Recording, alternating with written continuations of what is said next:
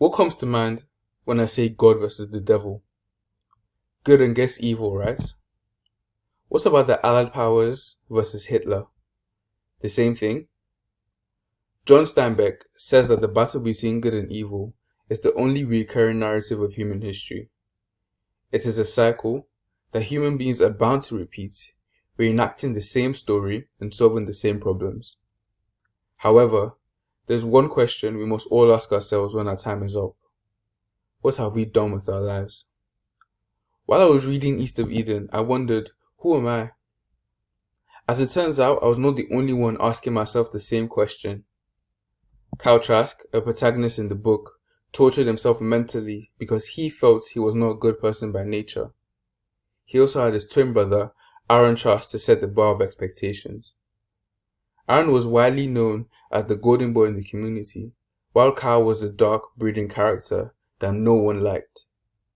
After reading the book, I concluded that in order to live a meaningful life, I have to choose a path for myself and make decisions not influenced by my family or people's expectations of me. I came to this conclusion by comparing three characters in the novel and what they represent to me.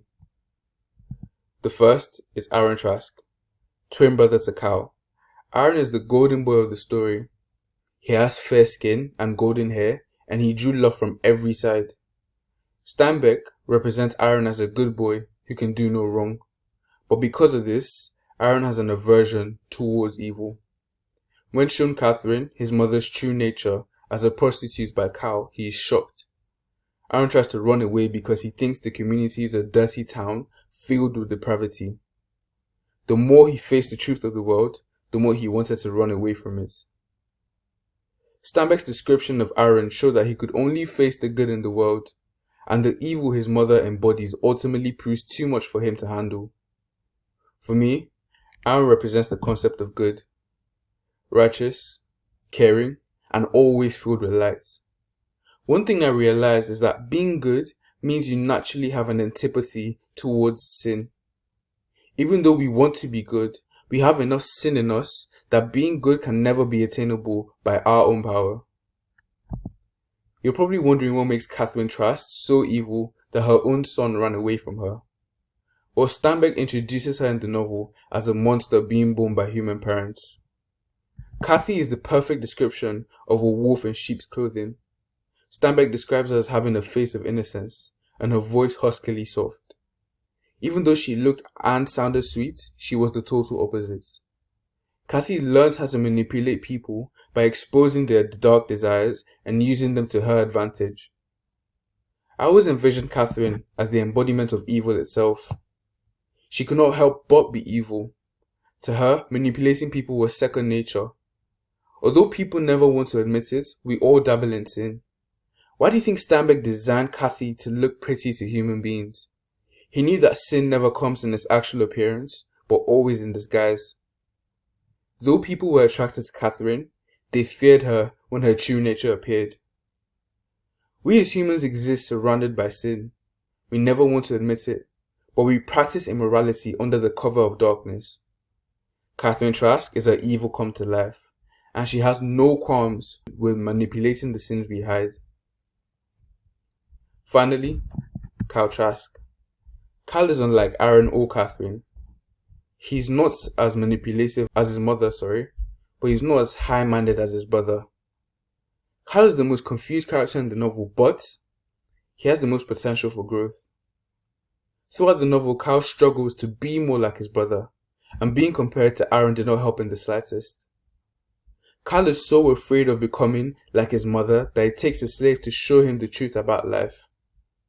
He brings the concept of Tishmal, meaning thou mayest, a word God said to Cain before he banished him to the East of Eden. It means nobody chooses who you are but yourself, and personally, that is a harsh lesson to learn. Growing up, I did not excel in academics.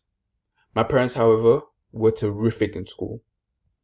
My grades were always lacking, and I would come home with my head held down in shame, expecting to endure much shouting from my father. It reached the point where I would call myself a failure and consider myself a mistake being born into my family. My guilt lasted until my first year at NCC. Although I did poorly my first semester, I learned that I could not let my parents' past define who I am. I had to believe in myself. I would do better in school because I wanted to.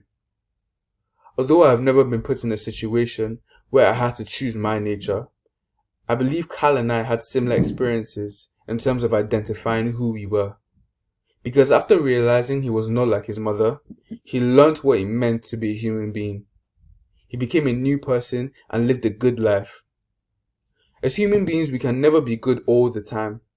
We fail, we stumble, and we falter. But we can also never be entirely bad. We're the best of both worlds. In us, we can choose our path for ourselves. Each individual has the freedom to overcome evil by his or her own choice. Although Kyle was able to realize this, he needed help getting into that mindset. The same way I needed help understanding what it means to be myself and not focusing on pleasing others. For me, it was God. The greatest gift God gave us was the gift of choice. I cannot do things on my own, so I asked God to help me and walk with me throughout my path. He does that by bringing people into my life that help build my character.